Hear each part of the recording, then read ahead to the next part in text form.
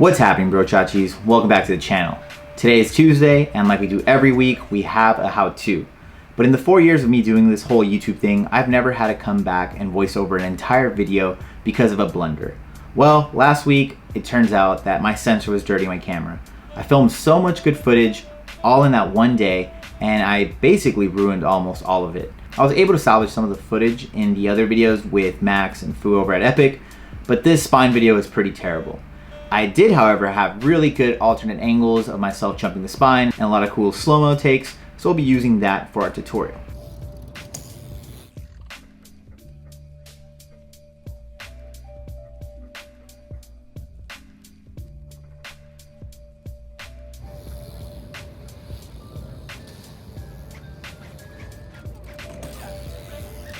Now, none of these videos are very easy to make, especially when you're by yourself. I put a lot of time and effort into these videos, and I also go pretty in depth, so sometimes they tend to be a little long, but they're all geared to help you guys at home get better at BMX riding or how to work on your bike, and it's all free 99. All that I ask is you smash that like button, and if you're new to the channel, consider subscribing. Alright, so where do we begin? I chose quite possibly the worst skate park to do this at because the spine here is missing a chunk.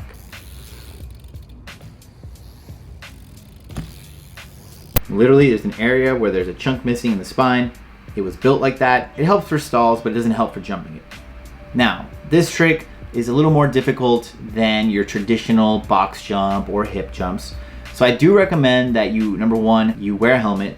Number two, if you have any, wear some pads. Number three, if you're gonna do this and you're gonna attempt it at home, make sure you have adult supervision. My lawyer wanted me to let you guys know that I will not be held responsible if one of you guys gets hurt doing this trick, because I'm only doing this for entertainment. You shouldn't follow my lead, okay? With that being said, if you're gonna do this, make sure your parents are around, maybe some good friends, maybe save up some money, check out Woodward Camp, and go to a spine that has a resi, which is a padded landing. If none of that is available, you wanna learn this, try and find maybe a wooden skate park. Wood hurts a lot less than cement. But if all else fails and you really wanna learn this trick, and you have the cojones, that's Spanish for here we go. Prerequisites for this trick: you just have to know how to jump things. So I would recommend jumping wedge to wedges, being able to jump mini box jumps, the ones that have curvature on both sides, and maybe jumping some elbows or some hips. That'll help you as well. And then after that, you're on your own. This trick is pretty difficult, I'm not gonna lie. You could end up getting seriously hurt, especially if you, number one, don't lean far forward enough, or if you lean too far back.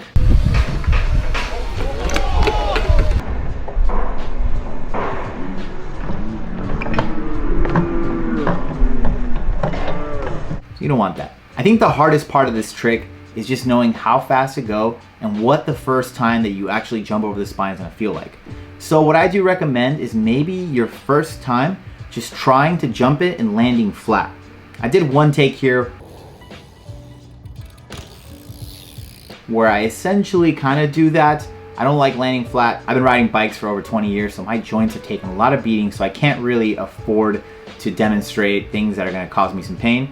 So I jumped it semi to flat, but essentially you want to be able to jump the spine, push through a little bit, make sure your back end is going to land slightly before your front end, and land essentially close to the flat bottom or with a little bit of transition. That is just to break the ice. That's what I would recommend. Again, just a guy on YouTube, don't take me too seriously, you could get hurt. But if you are going to try, the proper technique, once you kind of conquer your fear of going over the spine and figuring out the speed, the proper technique is to actually jump the spine essentially sideways.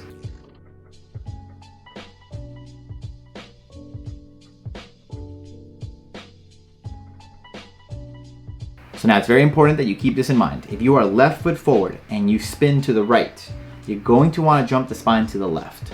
If you're right foot forward and you spin to the left, you're going to want to jump the spine to the right. All it is doing is that you're going to be kicking out a slight bit in technically your opposite direction.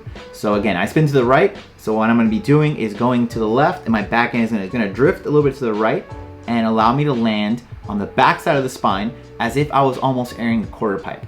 That's what we're trying to go for. It's what helps you get there smooth. Now, for all of you goofy footed riders at home, it's not a big deal if you jump the spine the wrong way. You can do it both ways. I've demonstrated a few takes here where you can go either to the left or to the right.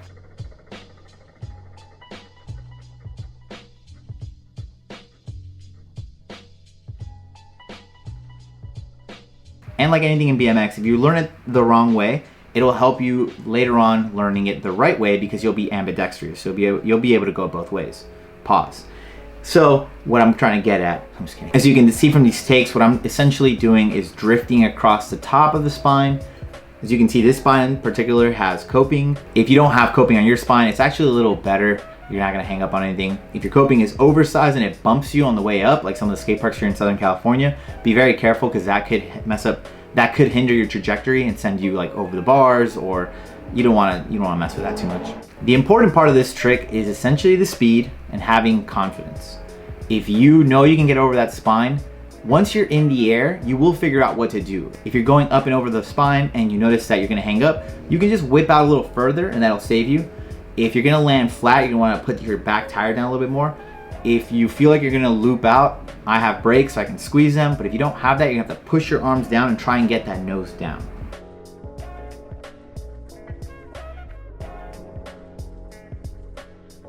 Also, if you noticed, I forgot to trim these clips a little bit, so the whole clip is entirely in slow-mo. But as you can tell, as I'm getting up and over the spine, I'm already starting to turn sideways. So again, I'm looking forward, and since I spin to the right, I'm gonna be turning my left shoulder a little bit. I also twist the bars to the left a little bit, and that allows me to turn my hips to the right and swing the back end up and over so that I can come back on the backside pretty smoothly, as you can tell.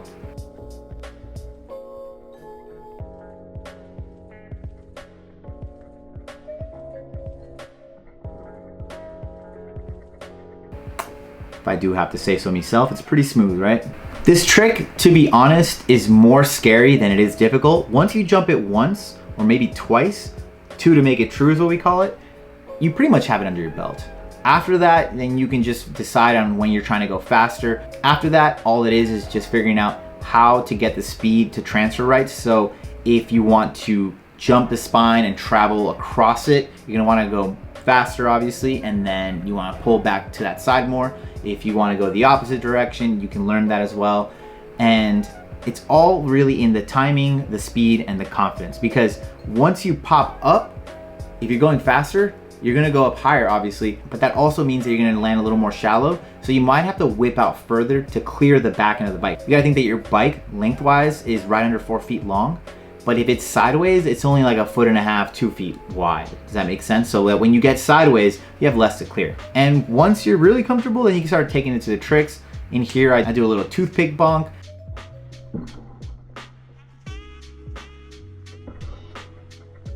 It's really fun, it's not too scary, it's not too dangerous. And then I 360 the spine.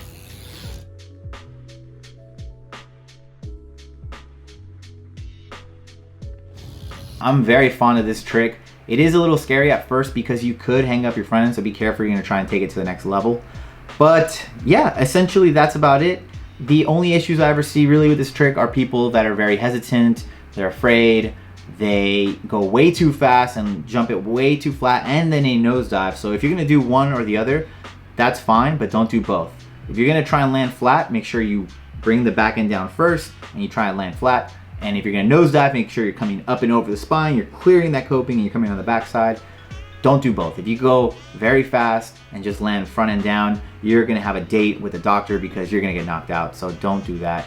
I experienced that a few weeks ago. It's not fun.